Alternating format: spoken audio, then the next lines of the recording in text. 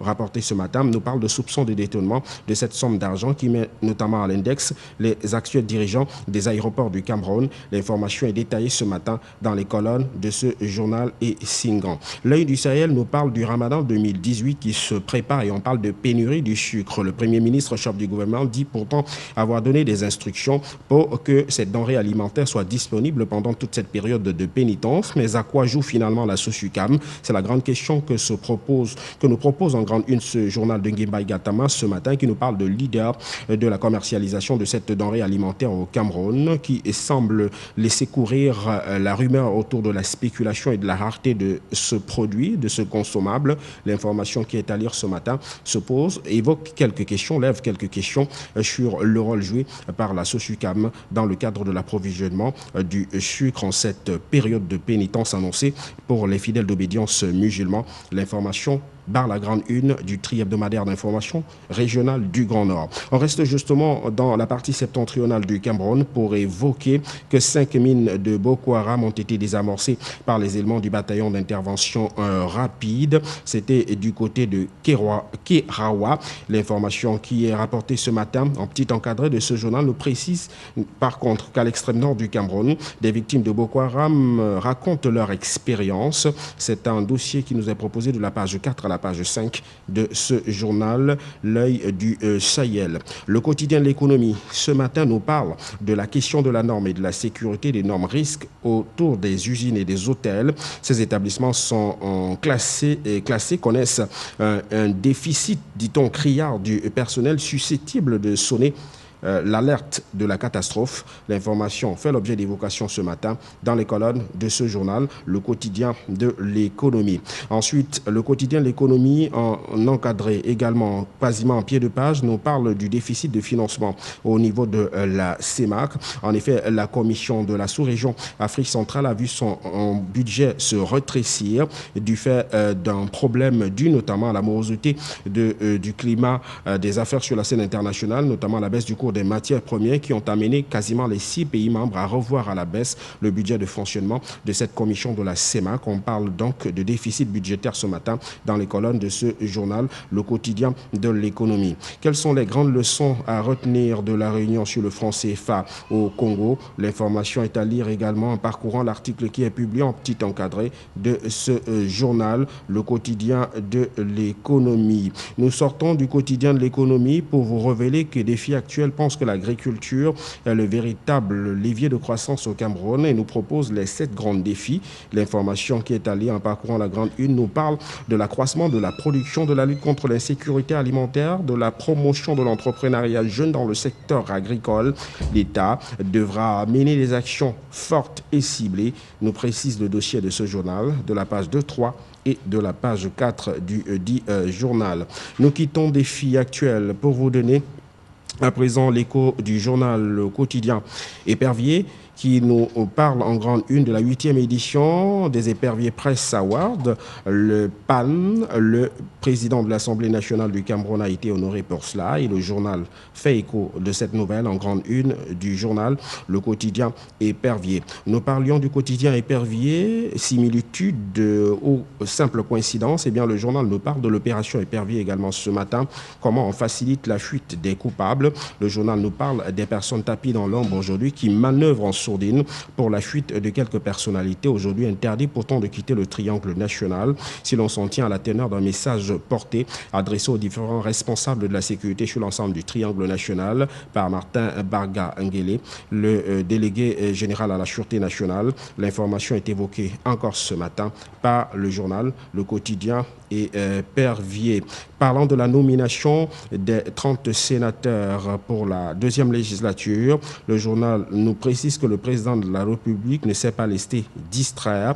Le président Paul Biya, donc, en toute discrétion, désigné les 30 autres sénateurs qui vont compléter la liste des 70 qui avaient été élus au terme du scrutin de liste du 25 mars dernier.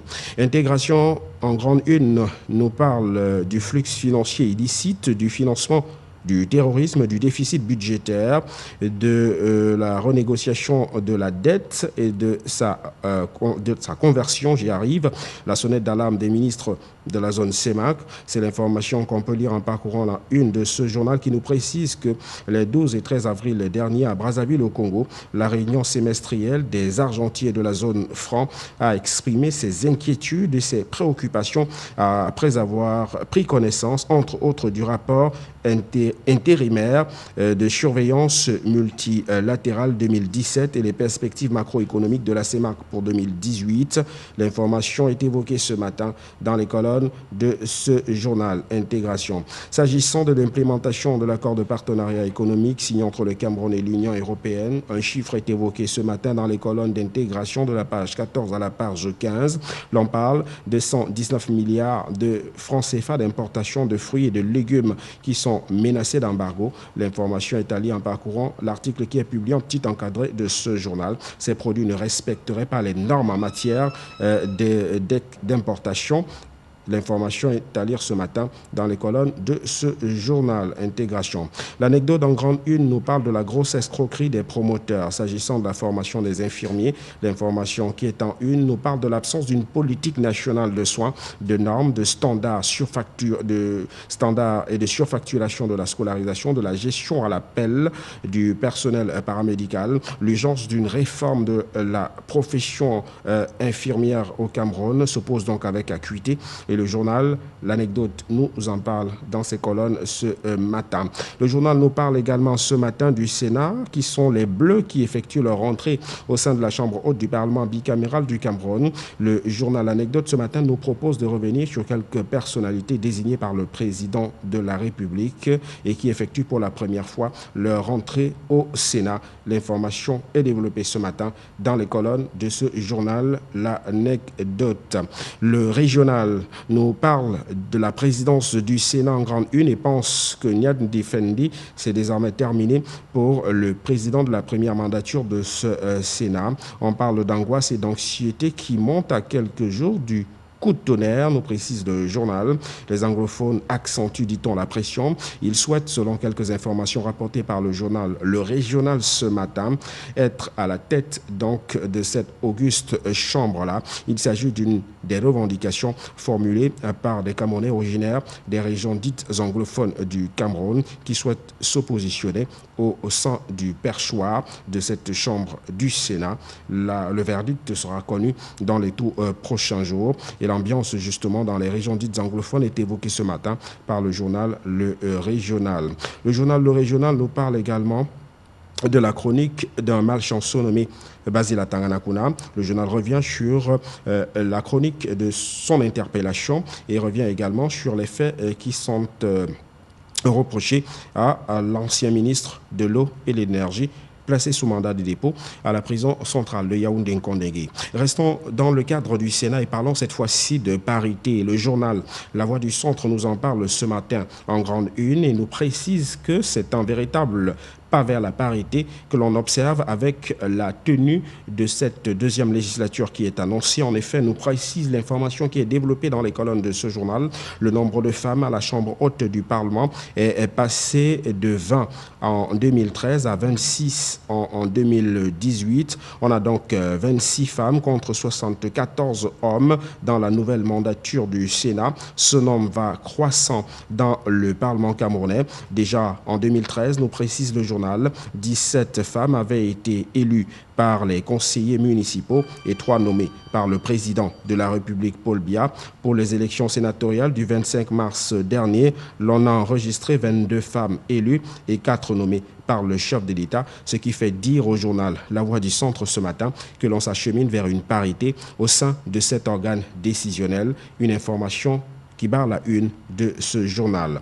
Éco-Santé nous parle des actions sociales de Mme Chantal Biya, véritablement engagée pour l'éradication du VIH-Sida d'ici 2030. L'information qui figure en grande une de ce journal nous parle de cette initiative de la première dame du Cameroun, ambassadrice spéciale de l'ONU-Sida, Mme Chantal Biya, qui vient de former dans sa phase pilote 325 leaders de la société civile dans les villes de Douala, Bafoussam et Bertoua. Dans cette même vision, le ministre de la Santé publique, André Mamafouda, arrête le prix du test de VIH-Sida à 500 francs, gratuit pour les femmes enceintes, les détenus, les enfants de moins de 19 ans et les personnes dont l'indigence est démontrée. Le prix des examens de charge virale a été réduit à 5 000 francs CFA et les examens de CD4 à 2 500 francs CFA.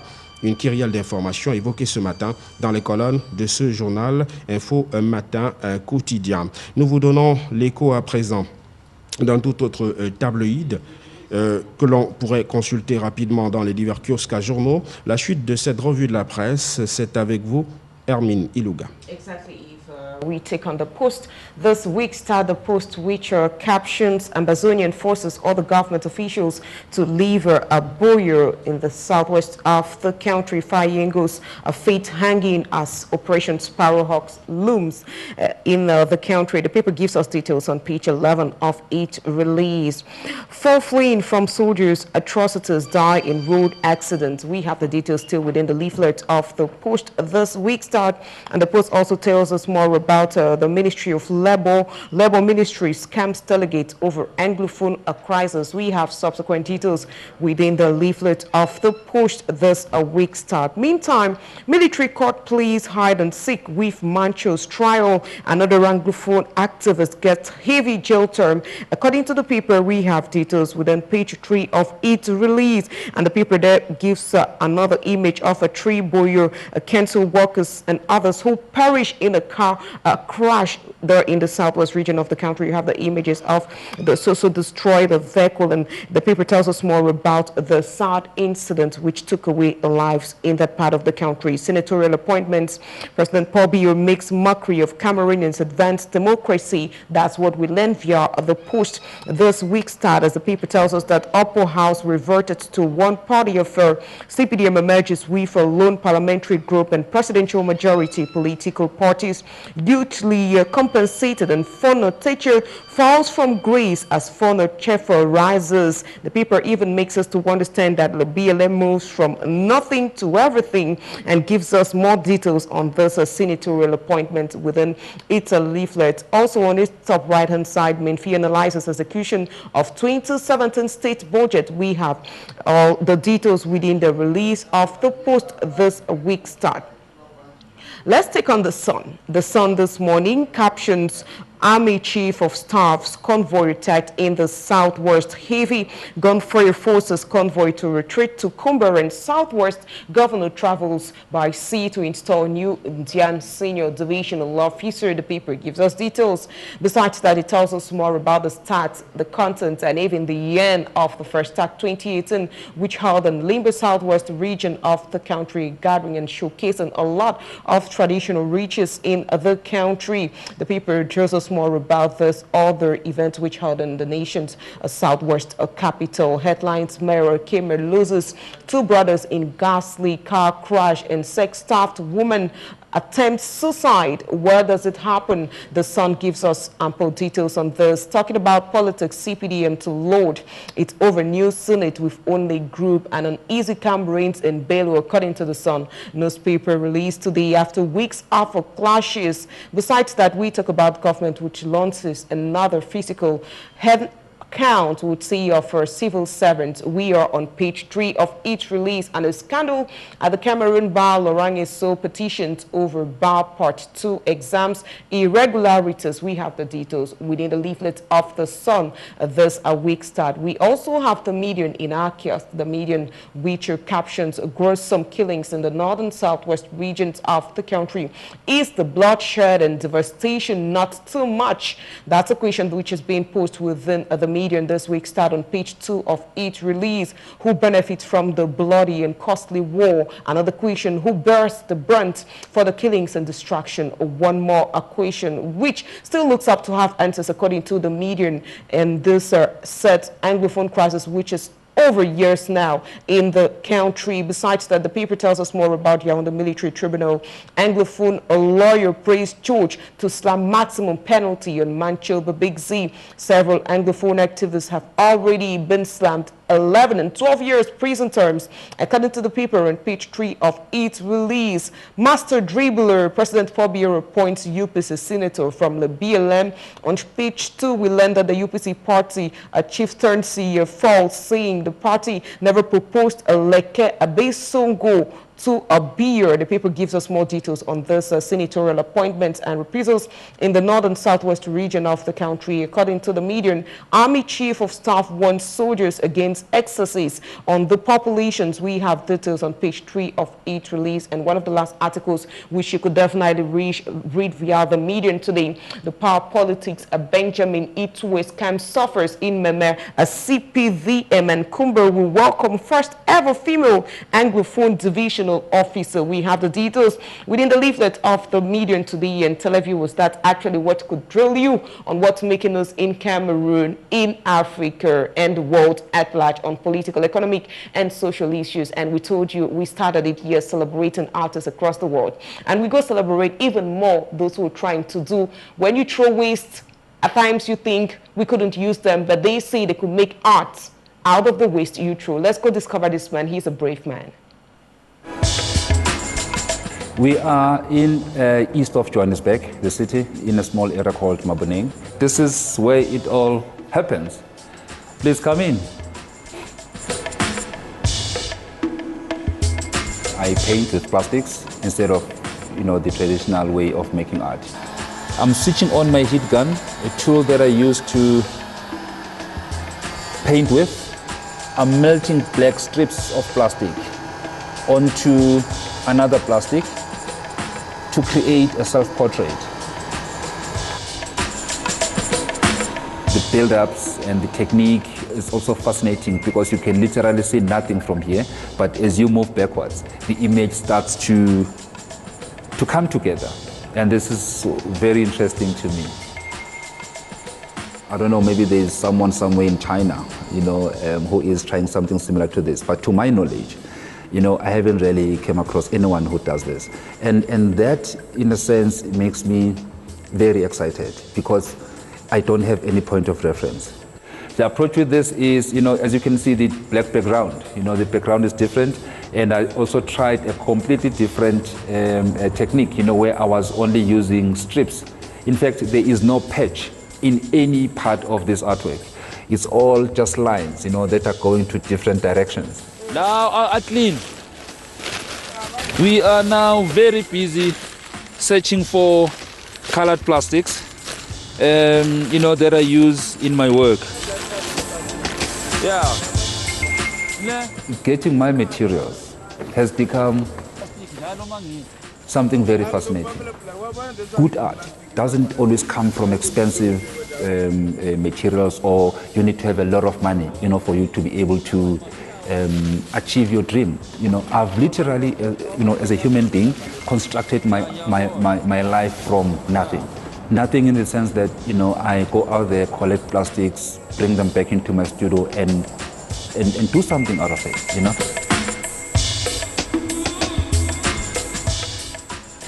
Art is so important in my life. In so many ways, because look, this is the only way where I express my feelings, and I believe that as an artist you always have that responsibility, to the people that you live with. I normally use a very strange phrase, if I say an artist is the mirror of any society, where he or she finds himself in. In my case, I wouldn't really like to die without making a meaningful impact, in the society.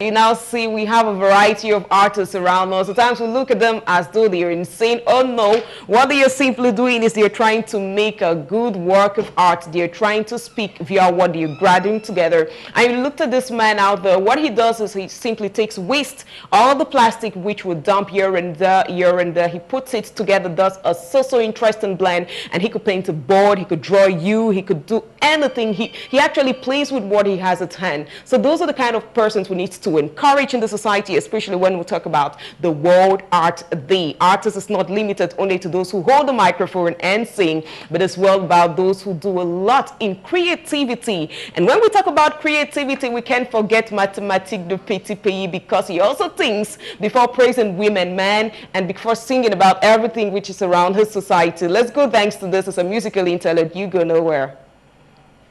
Jésus n'échoue jamais. Il connaît tous tes besoins et voit chacune de tes larmes. L'homme des 3 continents, mathématique de petits pays. Paul Jacques Diala, monsieur sympathique, l'homme d'honneur. Chérie, t'es tellement nyanga que j'ai même la peine à parler. C'est ça qui va me tuer. Façon, tu es jolie, qualité là, tu es gentil. C'est ça qui va me tuer. Oh.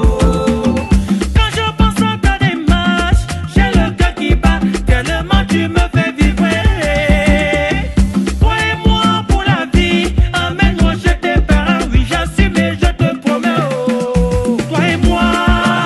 Toi et moi. Toi et moi. Toi et moi. Toi et moi. Toi et moi. Faux de toi. Toi et moi.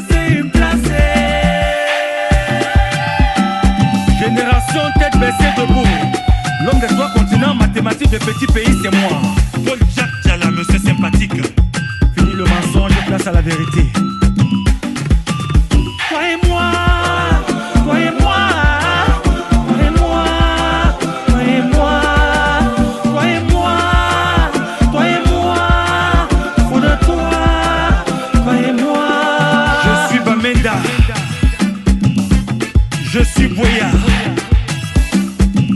Je suis le Cameroun. Mathématique de petit pays, l'homme des 3 continents. Mr. K-Mix. It's feel good. Oh my God, I love the last word you said, Mathématique de petit pays. I am Bamenda, I am Boya, I am Yaoundé, I am Douala, and I am Cameroonian. You guys should keep that in your brain because that's what matters. The blend, putting all together, we belong to one country which is called Cameroon, with 3 bright colors, the green, red, and the yellow with the star in it. That's the history about it. We can't do otherwise. And even if we try to tear it apart, really we don't need it. We don't need war. All we need is serenity, love, and unity. I think we need to salute you, Mathématique, for those last words in this so interesting clip where you were actually praising the woman, singing your love to your women out there, but also calling on Cameroonians to think about where they come from and where they're going through. We have more to that with you, Sandra. La vie appartient à ceux qui se lèvent tôt. On espère que vous êtes déjà debout, hein, que vous vaquez librement déjà à vos occupations. N'ayez aucune crainte parce que vous avez la possibilité de regarder LTM sur votre smartphone en téléchargeant gratuitement l'application LTM sur Play Store. Avant de prendre ce reportage qui vous présentera quelques saveurs camerounaises, je vous rappelle que vous avez également la possibilité d'envoyer des messages. On peut souhaiter bonne journée, bon début de semaine à quelques personnes. On pense très fort à ces bouts de chou, à ces élèves du primaire et du secondaire qui renouent ce matin avec l'ICLAS qui comptera pour le 3e trimestre. En tout cas, que Dieu vous bénisse, qu'il soit avec vous tout au long de ce 3e trimestre. Prenons tout de suite cet élément et puis on revient accueillir Rosalie pour le point de l'information nationale et internationale. Méconnue à l'étranger, la cuisine camerounaise est l'une des cuisines les plus raffinées d'Afrique. Le Cameroun, Afrique en miniature, présente une diversité culinaire unique en raison des différences géologiques, géographiques et climatiques et aussi grâce aux nombreuses ethnies qui forment sa population. Les recettes de cuisine du Cameroun sont riches en saveurs et diversité car les combinaisons originales d'épices et de condiments donnent des résultats à la fois inattendus et merveilleux. Ces plats ne sont pas trop pimentés et conviennent aux palais les plus délicats. Ce matin, nous vous donnons la possibilité de savourer de belles grillades au poulet, au poisson, savourez plutôt.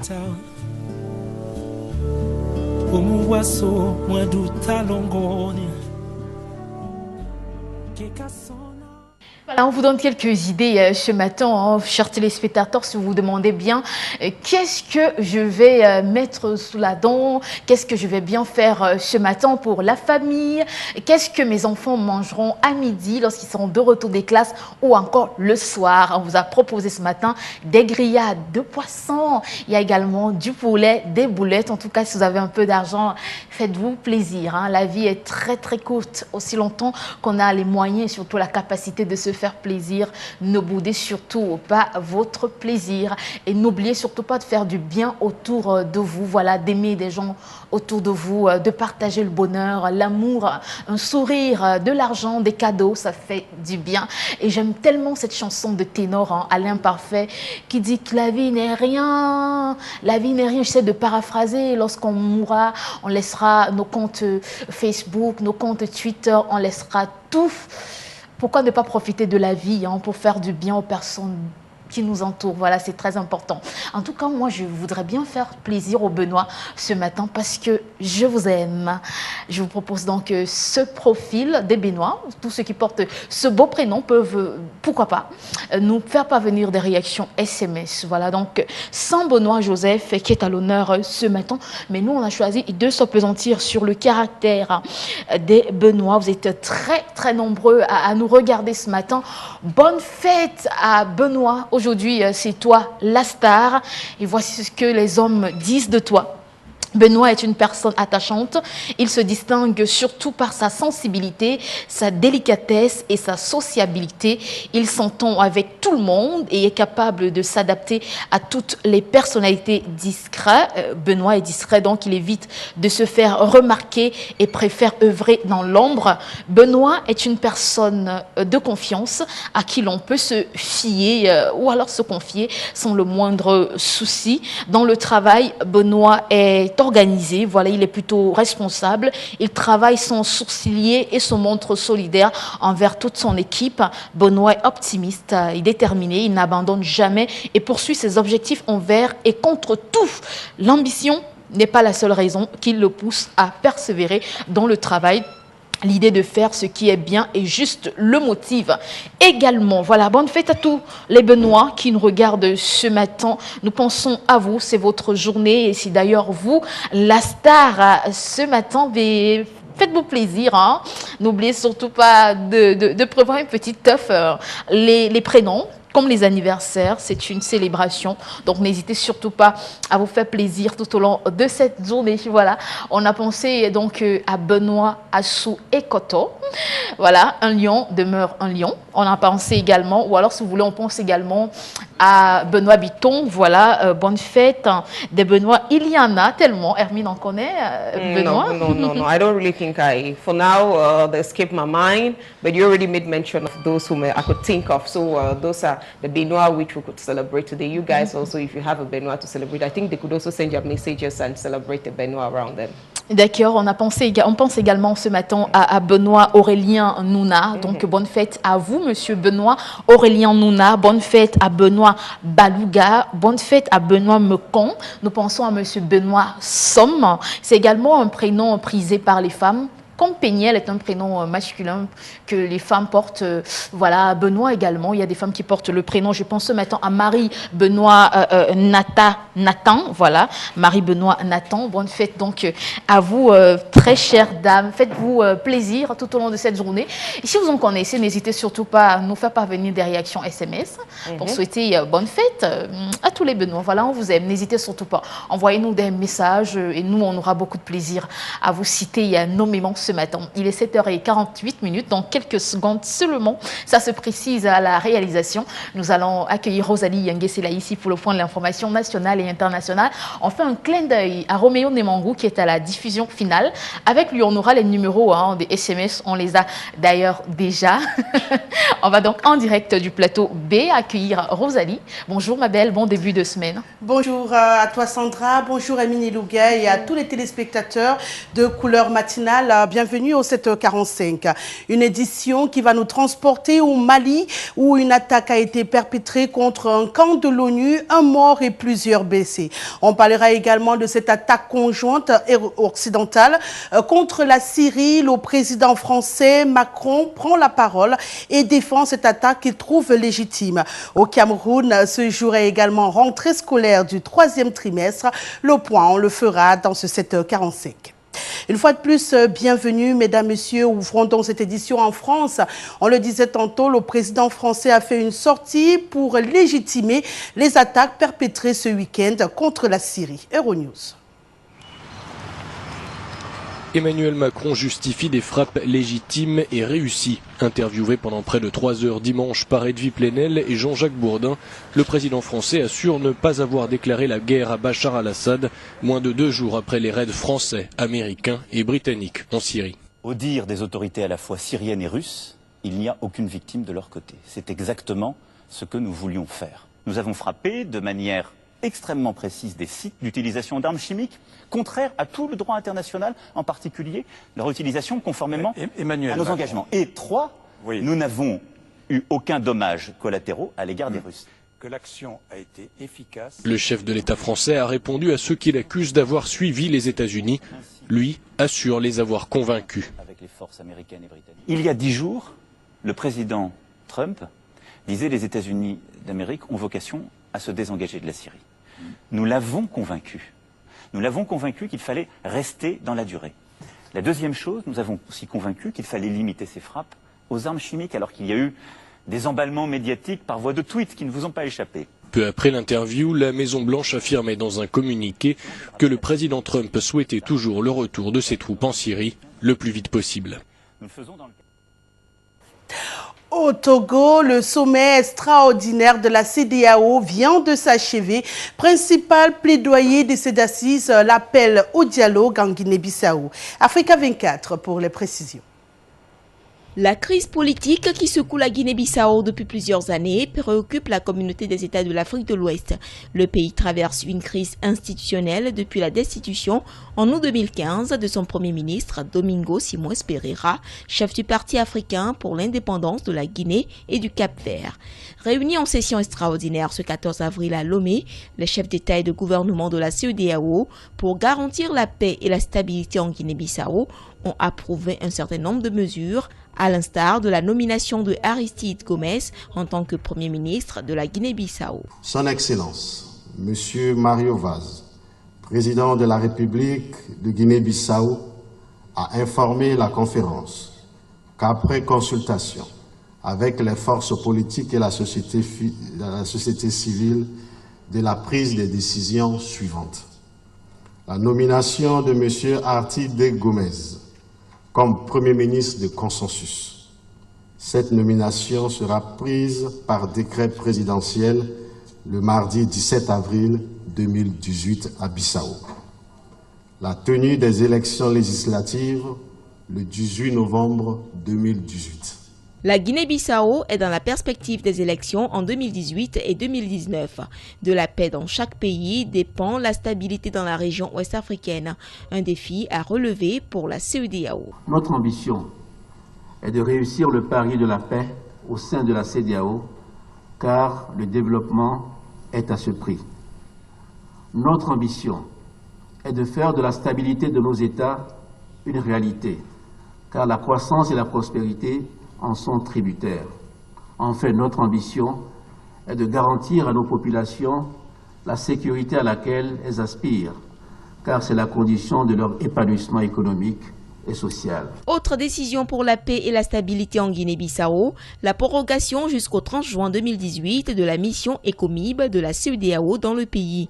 La Commission a par ailleurs salué la prorogation du mandat du Bureau des Nations Unies pour la consolidation de la paix en Guinée-Bissau jusqu'au 28 février 2019.